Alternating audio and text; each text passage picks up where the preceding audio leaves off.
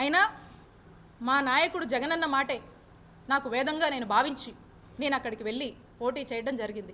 పదే పదే రాజశేఖర్ గారు అంటున్నారు అన్ని వేలతో ఓడిపోయింది, ఇన్ని వేలతో ఓడిపోయిందని. గెలుపు ఓటముల గురించి మీరు మాట్లాడుతున్నారా రాజశేఖర్ గారు? చెప్పండి. అయితే గెలుపు ఓటం అనేది సహజం. నేను గర్వంగా చెప్తా ఉన్నా, మేము 2019లో అధికారంలోకి వచ్చాక మంచి చేసి మేము ఓడిపోయాం. ప్రజలకు మంచి చేసి మేము ఓడిపోయాం. టెక్నికల్గా మాట్లాడితే రకరకాల కారణాలు ఉన్నాయి. అదో ఇదో ఏదో అని మనం అనొచ్చు. బట్ ఎవిడెన్సెస్ లేవు కాబట్టి నేను అది చెప్పలేను. కాబట్టి మంచి చేసి మేము ఓడిపోయామని మేము గర్వంగానే చెప్పుకుంటాం.